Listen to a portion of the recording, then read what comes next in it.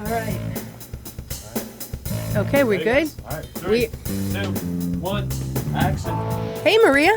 Hey, Lisa. How are you today? I'm doing well. How about yourself? I am excellent, thank you. A little under the weather, but I'm so happy to be here. Friday. Friday. The TGIF. diversity- Yes. That means it's time for the diversity duo. It Here sure we go. does. Today we have Smart Cookie.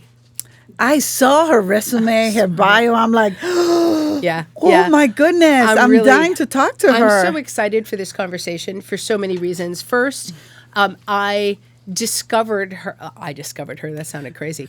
I found her. Okay. From mutuals. You know how we do this in small business, right? Like, do you know? Right, right. Bingo, found someone. And they introduced me to her. And I was responding to an RFP, and I needed some support in a specific category, and reached out and said, do you want to collaborate? And I am thrilled. So I'm going to let her introduce herself and read off that resume. But Maria, I'd love for you to meet Sherrie Johnson. It is a pleasure. My goodness. Hello. Oh, It's my a pleasure to goodness. meet both of you. Thank you for having me on. This is so exciting. It brings back a lot of memories. I started out in journalism and broadcasting. So I was a broadcast reporter for like 19 years and then moved over to public relations and communications and leading teams in communications for about 12 years in executive management. Anywhere from K through 12 director, and also higher ed as a vice president of external affairs and communications. So, ran the gamut, seen it all, and local government, director of communications for local government. So just seen a lot of things, and then finally moved into a consulting space. So right now I have my own consulting agency, Sherrie Johnson Communications, where I, serve as an executive coach. I work in leadership, professional development as a trainer and facilitator, and a communications consultant. So I help leaders communicate better with their teams. So really enjoy it. And then also enjoy public speaking, serving as a keynote speaker on leadership and communication topics. So never a dull moment, never a dull moment, always busy. But, definitely enjoy talking to folks like you. I love your podcast and what you're doing here. Diversity is something that we definitely need to continue that conversation. It's something that's very, very important. I often lead trainings and serve as a facilitator for discussions, and they are often very, very good discussions. I have one that I have embracing diverse cultures, and that's always a good seminar. So, but yeah, I just enjoy what I do. I like being in the consulting space. Allows me more time to spend with my 17-month-old son, Oh, Jaden. that is a Just beautiful learning how to walk. age. And so Beautiful, beautiful never a dull age. moment there. And so just, enjoy spending time with him, and having that flexibility with my schedule. And as you mentioned, Lisa, I also work with government contracting. So enjoy working in that space as well, with professional development as well as executive coaching for senior leadership. And I think and this is one of the things that's really been exciting for me, thinking about how the two of you getting to know each other is going to be very interesting. Oh, my goodness. Yeah, absolutely. And I'm going to give just your quick rundown. So Maria has a business, M&A, Supplier Diversity Consultants, and what she does is she's upstream from my business, but she supports small businesses in getting certified, getting them ready, kind of a go-to-market, if you will, with big business and mostly with government. She is all about there's not a certification question out there that she can't answer. And I thought this is going to be exciting because Yes. I am Lisa has spoken so much of you and so highly of you. It's like, I already know you, and I'm like, I cannot wait to meet her. So I am so thrilled to have meet you today. Thank you. Same here. Thank you. So Sherrie, you talked a little bit about about being in journalism, and you've done a lot of things, which is my favorite kind of resume, because I did not take a linear, right. And I think that's really important, and it create for me. It allowed me to be more connected with all of the different pieces. Yes. And can you kind of give us just a little more kind of detail? Your education is wonderful. So you have a doctorate, but if you can go back, I'd love to hear what your journey was and how you narrowed in. So you are absolutely right. I think it is helpful to not go the linear route and to just have all of those experiences, because I'm going to tell you, all of those experiences have helped mold me and get me to where I am today. And I can always go back into my toolkit and pull from different aspects. I received my Bachelor of Arts from the University of North Carolina at Chapel Hill. I'm a Tar Heel, bleed blue. And then I went on to get my master's at Johns Hopkins University, and then went on to get my doctorate in organizational leadership at Grand Canyon University. And I think, having been a journalist for 19 years was so helpful, because you know how to write, you know how to speak, you know how to carry yourself on camera. And so that helped me and served me well when I left journalism and I began to work for companies as their spokesperson. So that was helpful because, believe it or not, a lot of people do not like to go on camera. A lot of CEOs and folks, they don't like the camera. So it's like, great, you can handle that, and it was fine because 19 years in front of a camera, it didn't bother me. And so, knowing how to write, knowing, how to speak, and even when you look on these RFPs or job applications, there's always a line in there that says, must be like an expert in oral communication or written communication. There's always a line in there. And so that helped propel me for a lot of the positions that I was able to move into. Um, I understand communications very well. And so that was helpful, moving into a director of communications. But even if you're not in, communications, even if you're a CEO or you're in senior leadership, it's helpful to have excellent communication skills. So many times I meet with leaders, and one of the challenges that they face is communicating. Some people think that they're communicating, and some people don't really understand the art of it. And, I have a course that I teach skillful communications. And it's amazing that when people, go through that webinar, they're like, wow, I had no idea. And people think that they're communicating and they think they're doing a great job, but in actuality, they're not. And so, with communication, if people don't comprehend what you're saying, you're not communicating. You could be talking a lot, but if they're not comprehending what you're saying, you're not communicating. And so many times I found that some leaders were not, they were not having staff meetings. Some were not having one-on-one check-ins. There were no newsletters. Employees were left in the dark, and they didn't know what was going on.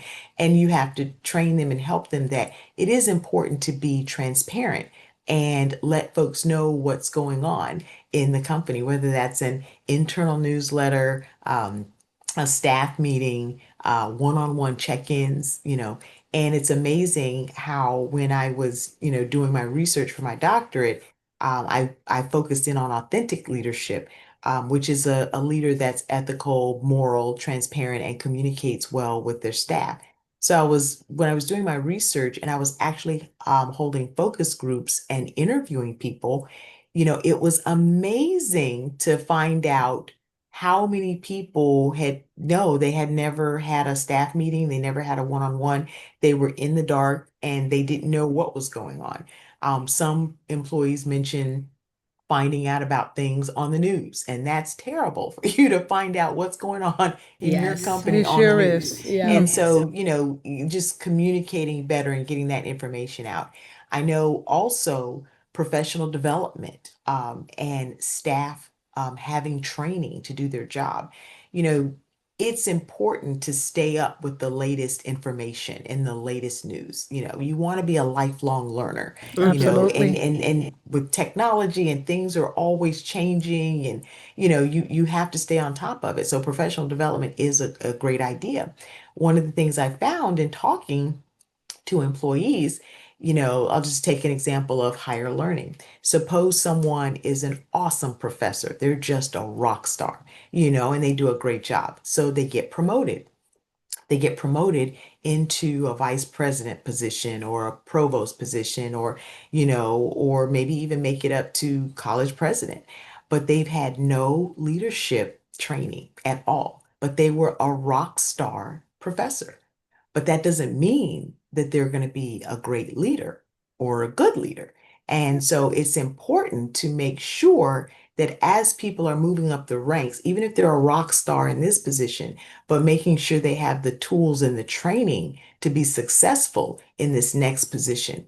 And of course, you know, sometimes when there's a budget crunch or we're tightening up the belt, professional development is the first thing to Yeah. go. However, you know, sometimes your staff, you know, can suffer, and then down the road you have issues or problems. Well, you know, make sure they're properly trained, you know, so that they're able to do an effective and efficient job, you know. So managing those expectations. But it was amazing when I was talking to employees how many had been put in positions and never received proper training. Isn't there an expression, people are promoted to incompetency? Isn't that right? I've Right? heard Like, that. Yeah, yeah. yeah, And they could because have been a rock star in that's this right. position, Right. Yes. Right. but then you put them over here in another Different skill position set. They were not and Absolutely. they prepared. don't Yeah. know that position. And then it's like, well, what happened? They were so good over here. So Yeah. yeah, and we're seeing a lot of that. And that's fine to be promoted, but just make sure people have the skill set for that promotion. Yeah, it's interesting. Maria and I have a friend, what's that? I can't think of my words. We have a shared friend. I'm sorry, that's the word. I'm going to start over. So, Mutual friend. thank you very You're much. very welcome. Your second English is so much better than my first. Thank you. Excuse me. Yeah, you know, Maria and I have a mutual friend who has been promoted into an amazing, a really incredible role, and I think everyone around is just saying, how about a little leadership training, right? Because it's not a personal attack. I mean, and that's really, I think, what is both probably difficult for running your or closing bids, closing sales for you, is how do you come in and say, you were really great at that role. You've been offered this role, and you need to tighten up some of those skill sets. And leadership and Absolutely. communication, I think, is probably the most paramount as you go up the ladder, right? It really is. You have to know how to communicate to your team effectively. Yeah. And you know what I was finding in my research is that some leaders were not. You know, and it's important to be transparent too. It's important to be Absolutely. honest and transparent, and people respect that and they appreciate it. You know, don't sugarcoat it. Just tell them what you need to tell them. And they appreciate that information. But so many times people are not transparent or, you know, hide information or don't tell you everything. And that's when you begin to have problems because then staff doesn't trust you or, you know, feel that you're not being forthcoming with information that they need to be successful or to manage their expectations in the day-to-day workplace.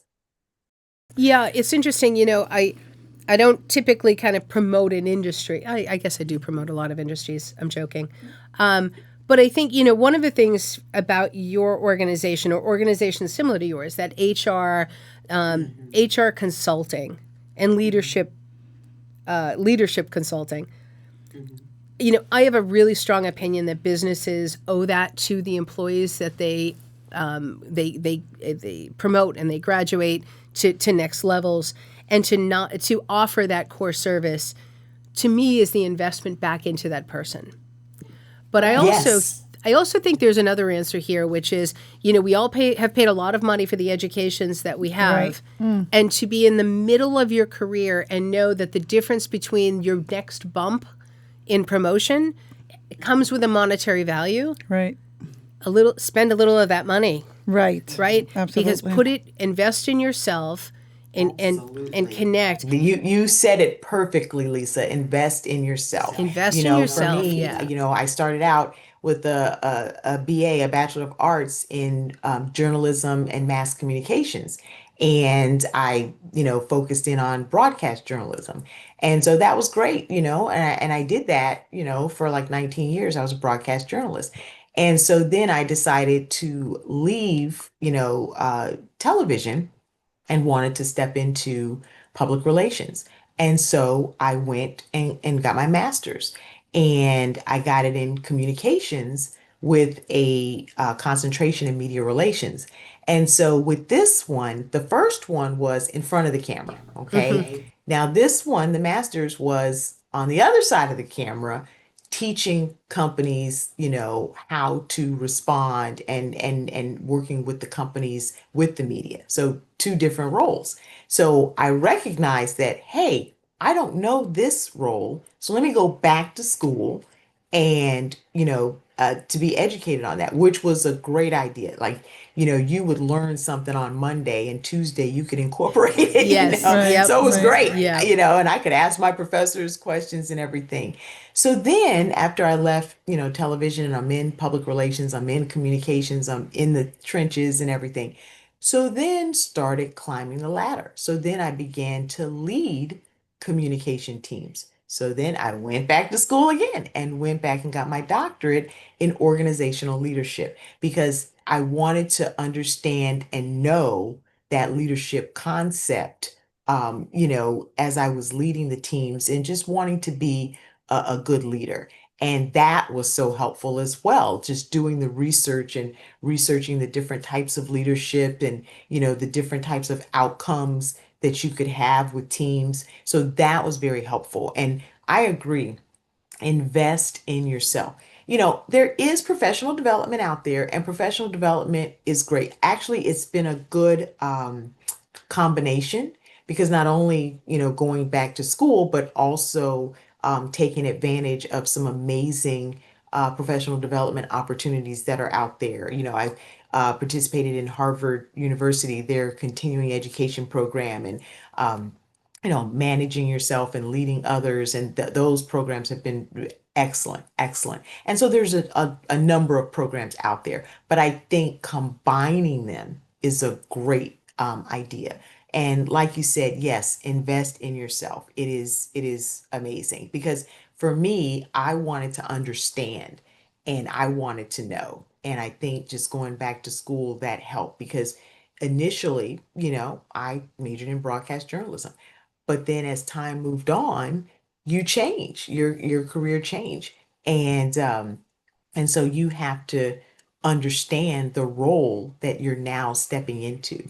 And it has been, amazing. Yeah, no one likes going back to school, but you know what? It goes by so fast. Yeah. And It's a the necessary outcome, evil. it Yes. really, really is helpful. And then that coupled with the professional development, I literally just finished, I'm working on my certification in executive coaching. So I just took a course with Flatter Leadership Academy, and it was amazing. It was good. Like I said, I have my doctorate in organizational leadership. So I'm like, I got this, I Yeah. have this, but this leadership academy focused on getting your certification in executive coaching. So coaching leaders. Okay. It was amazing. The first day I learned something that I did not know. So there is a difference between coaching, therapy, and consulting. Very much so, Sometimes yes. people confuse consulting with coaching, and there's a difference. Coaching does not tell you what to do. Coaching helps the leader to come to that conclusion and figure out what they need to be doing by asking a series of questions. and you don't tell them what to do. And so the first day I was like, oh my goodness, this is amazing on the first day, you know. So there is a difference with consulting. You tell them what to do, okay? But coaching, you do not. You ask a series of questions to allow them to come to the understanding of what needs to be done. But you don't tell them. You don't tell them. And so I was like, oh, interesting, and I never knew that. So I learned something new. So, but that's the great thing about being certified. It's a great thing. And so, if I have executive coach on my resume and, I want to coach leaders and I want to be a great coach, then I want to make sure that I understand you know, what this process is like. And so Flatter Leadership Academy did an awesome job. I had a great cohort of folks. We practiced on each other.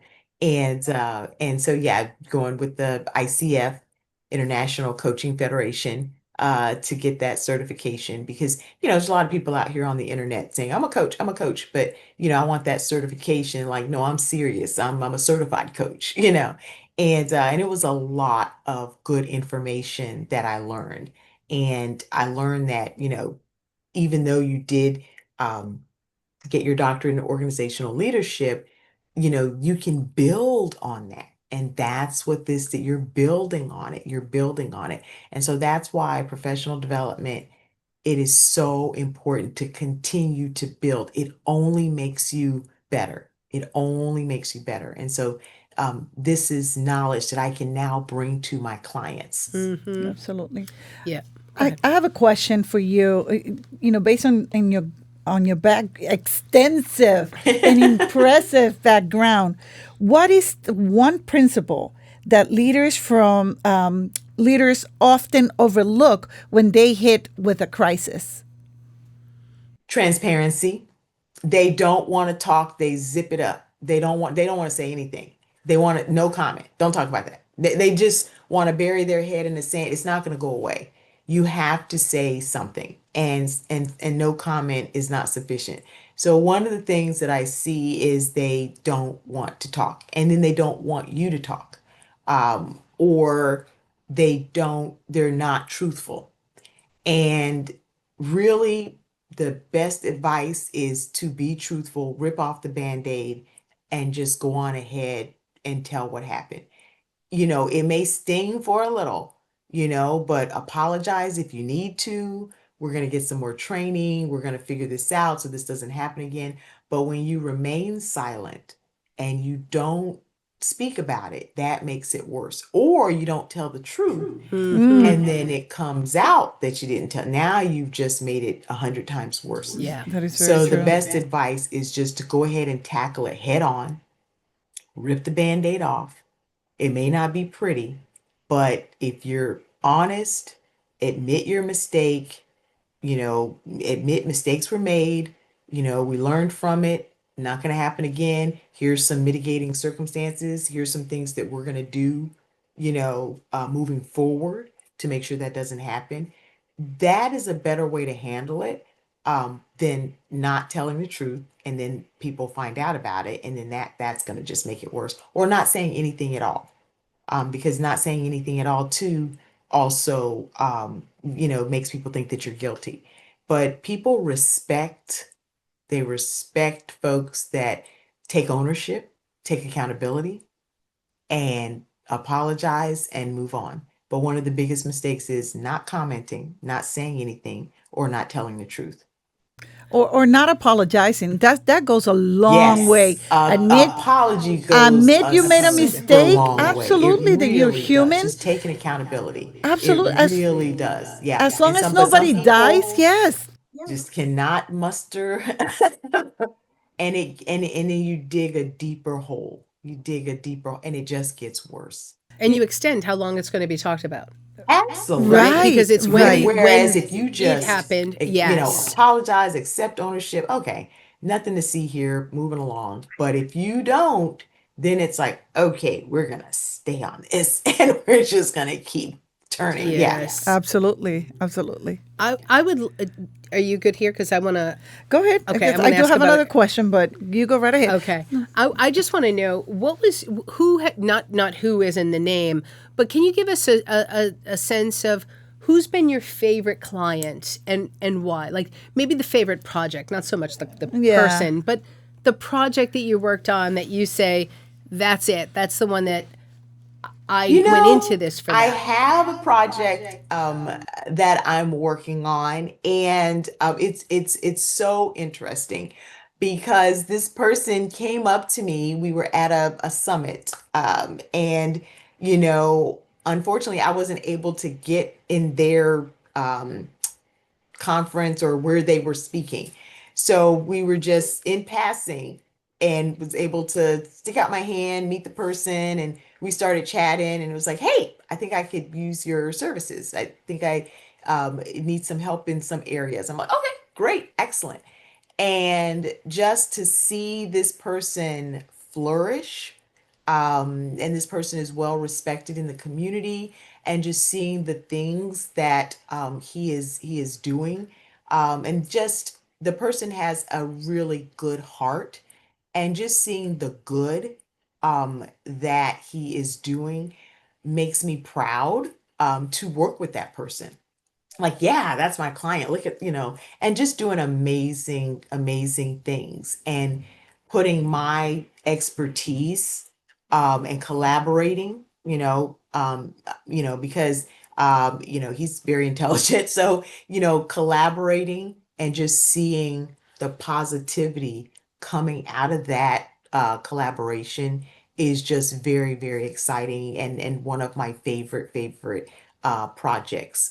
Just seeing him flourish and the positivity that he's evoking in the community is just very exciting. So that's one of my favorite projects. That's great. That's really fun. It is. It is. It is when people that you are working with are doing good. Are doing good. I remember when I was at Johns Hopkins in the master's program, and we had a PR person, a person that owned their own public relations company, come in and speak to the class. And he said, one thing I will not do, and that's just me, is, I won't work with this group, or this group. And I remember sitting there thinking, huh, that's interesting. But then when I got out into the real world, I'm like, oh, I understand why he said there's certain groups he's not going to work with. Because at the end of the day, you want your work to be for good, and you want to be proud of the work that you do. So when you partner with someone that you can be proud of, look at what they're doing, and I'm helping with that. That's a good feeling. So you don't I understand now, you don't there are certain that you don't want to partner with. Like, no, I think I'm good on that one. I'll let that go right on by. But then it is a good feeling, when your clients are out there doing great things. And I always ask, I was like, can I put this on social media? They're like, yeah. Because I love to show, look at this. This is great. I was in a group Biggest cheerleader. and we were talking about who won't you do business with? And I came to the table a little bit prepared for that question, right? Because I also come to the table with an organization that I promote procurement through a community-based procurement initiative to ensure that there's economic development for underrepresented areas. That is, I am very clear with what I do and why I do it. Right. And if somebody wants to hire me and sells a product that I might not agree with, listen, I'm an ex-smoker. I do not smoke. I would prefer a world in which people did not smoke. It's not being judgmental.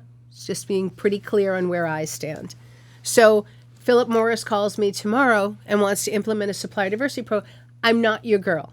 I'm happy to introduce you to somebody else. Right. And if you're interested in a program that's just for PR sake as opposed to substantive change in the world, I'm okay. I'm okay and you're okay, and you go work with who you need to work with. But I love that. And I think every company should be able to identify clearly Absolutely. who you will and won't work with. Yeah. It's, you know, Well, that's the beauty.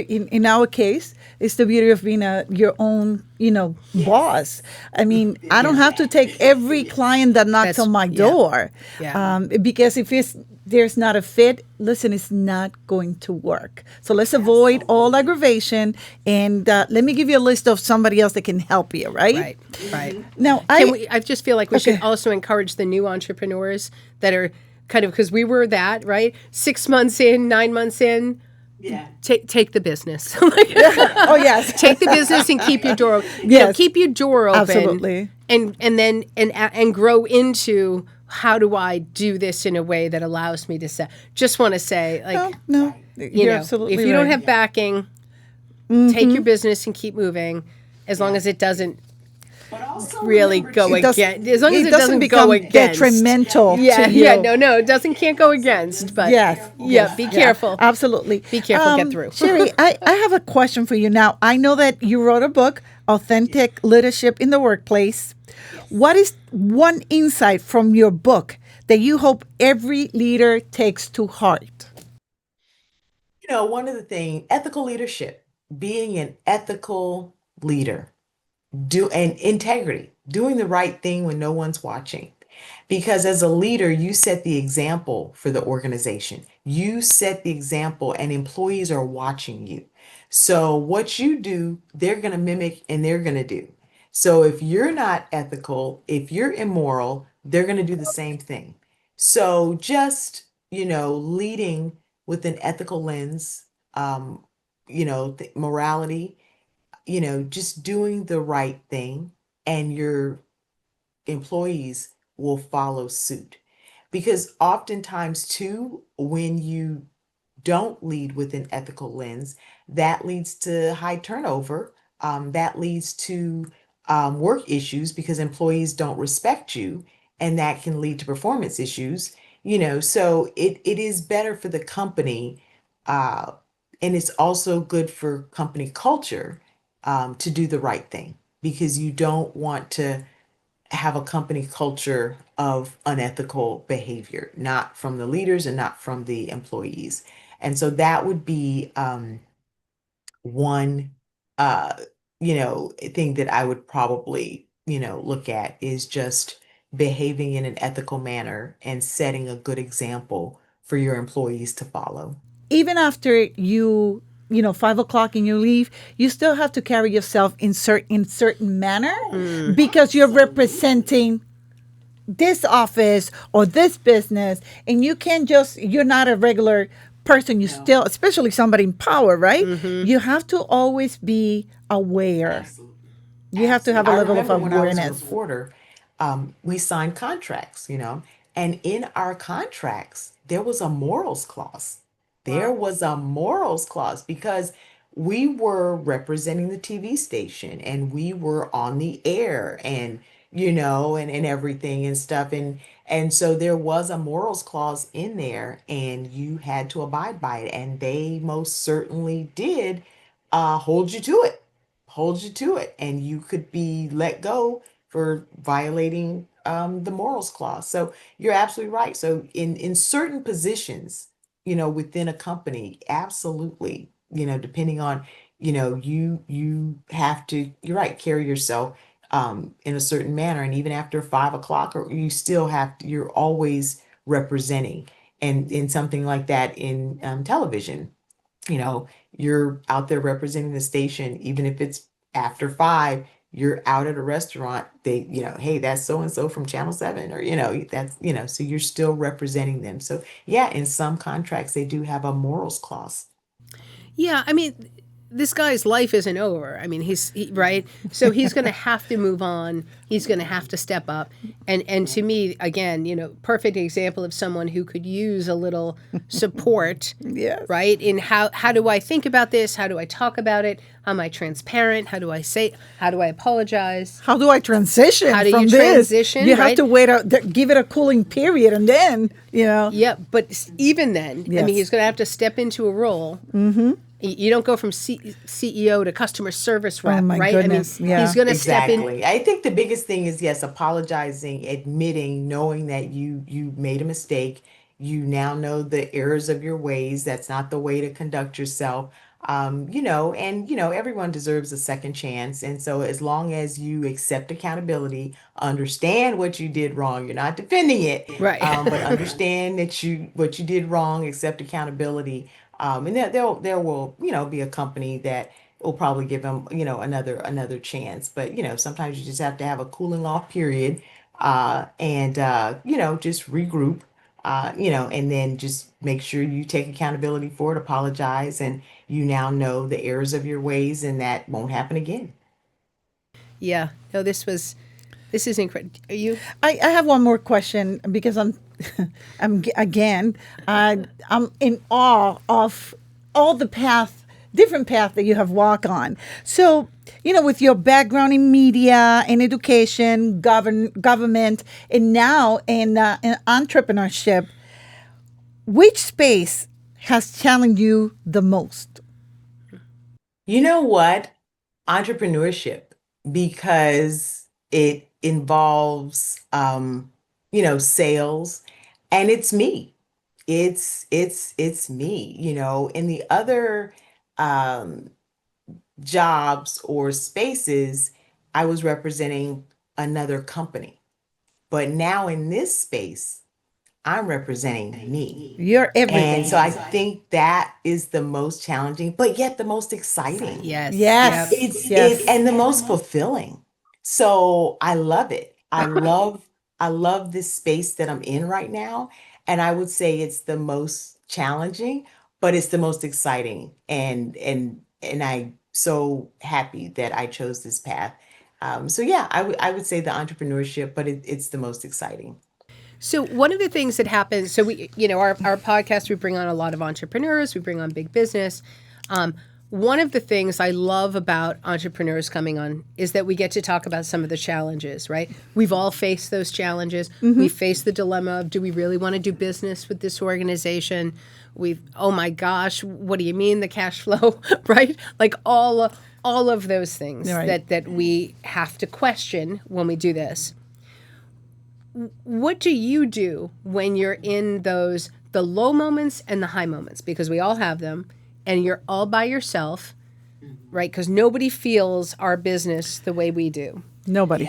What do you do with your high? What do you do with your low?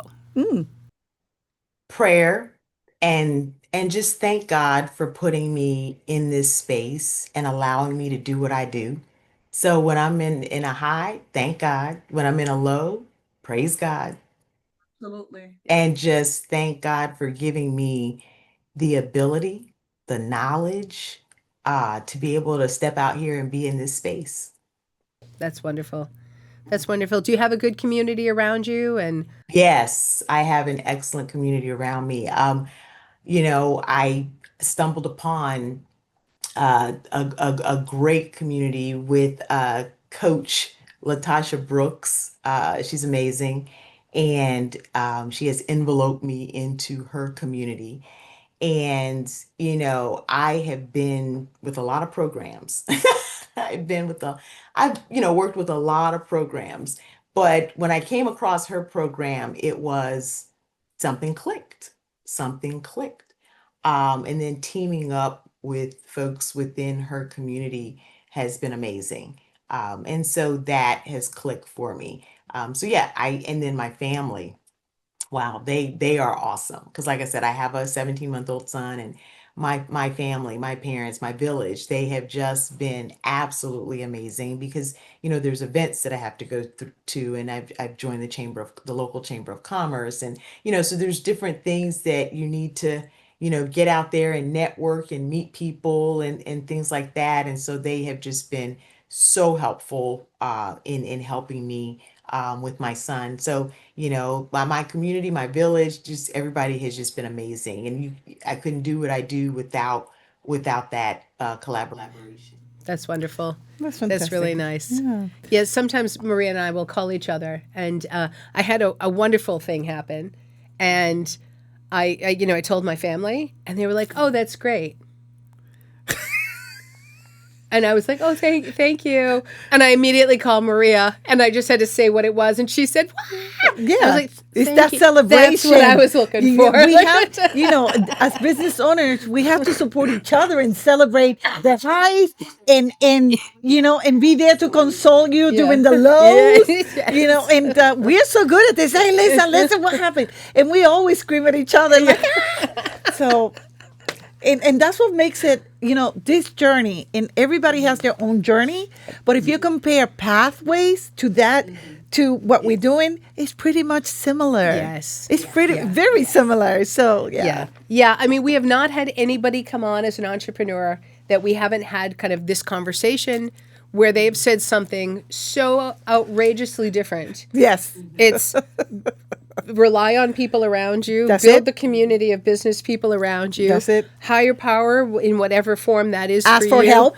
And ask for help is probably The biggest one. the biggest one. Yeah. The biggest one. And knowing how to be vulnerable and humble.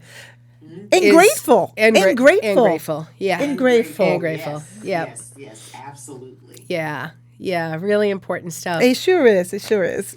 So I want to make sure, is there anything that we didn't, we talked a little bit about your book. Is there another book coming, or is there anything that we haven't asked? I do. Ooh, I another book. love it. The bug has bitten me. So I am starting to work on a second book. But then, only thing I would, say is, of course, I am taking on more clients. So, my website, www.sherriespeaks.com. Feel free to, email me, Sherrie@sherriespeaks.com. But yeah, just, taking on new clients. I work with professional development, leadership training. I serve as a trainer and facilitator, and also communications consulting. If people need a little assistance in getting their messaging out, and media training. Sometimes there are CEOs and folks that need a little help with media training and conveying their message to the media. So yeah, if anyone is in need of any of those things, feel free to reach out. I would love, love, love to consult and see if there is a match there. And, at the end of the podcast, we do put a slide of credits, and I will put all your contact information there. it'll be out there. Anybody, absolutely. If you can send me your logo, that would be great, because I incorporate your logo as well. Happy to do it. Happy to do it. Yes, that would be wonderful. This has been terrific. You are as lovely and delightful as I knew you were going to be. So Absolutely. Thank you so much. Absolutely.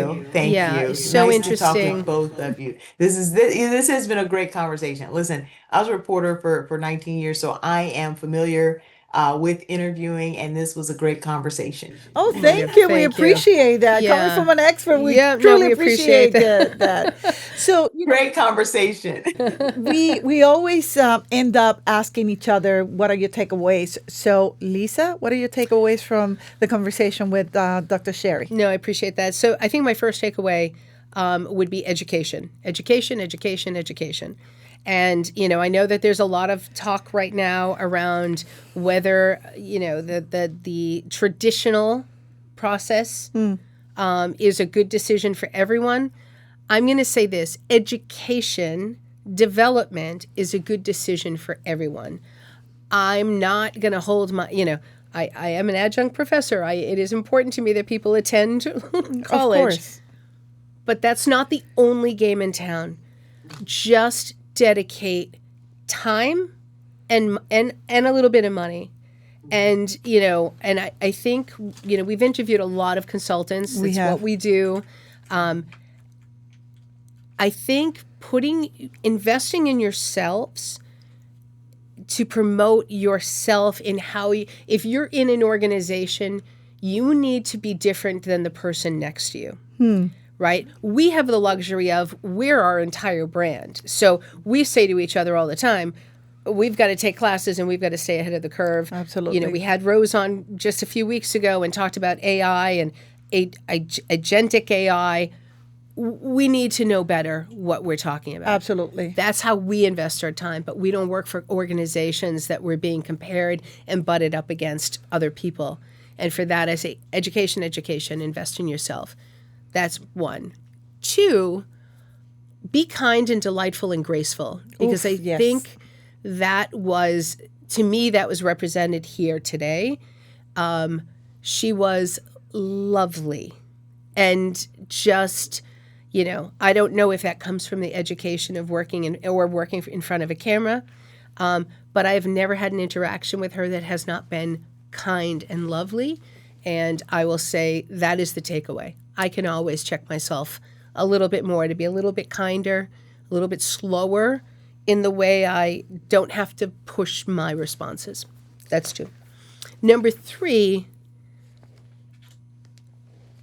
be open-minded and just keep rocking on with your business, right? Just keep going. Like our purpose for this podcast is to help people and promote entrepreneurship.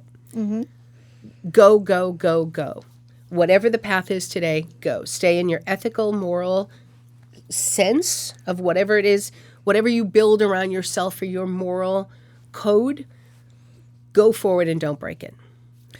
That's perfect. And I love the fact that she mentioned that, apologize. It really doesn't cost anything to apologize, especially when it comes from the heart. Don't just from your mouth out, I'm sorry, but that's not an apology, people. Yeah. It has to come from the heart, and it's okay to apologize. It doesn't make you any lesser than, it just makes you somebody that people will trust. Hey, he apologized. So, love that. This was absolutely beyond my, how will I put it? I had this preconceived notion how this was going to go, and I am so glad that I was completely wrong about it. I enjoyed every word that you said and took plenty of notes because I like to go back and reflect and just use them. So thank you for that. Thank you very much. This was great. This was absolutely fantastic. Thank you for having me. I really appreciate the opportunity to chat with both of you. Thank you so, so much. Thank you. I know that Lisa's already collaborating with you. One day, not too far off, we can collaborate as well, or the 3 of us can collaborate. That will be a force to be reckoned with, the 3 of us, okay? Okay, sounds good. I'm open to that. Sounds like a plan. Excellent. So thank you, Dr. Sherrie, for being here and talking to us. I want to leave everyone with my favorite quote.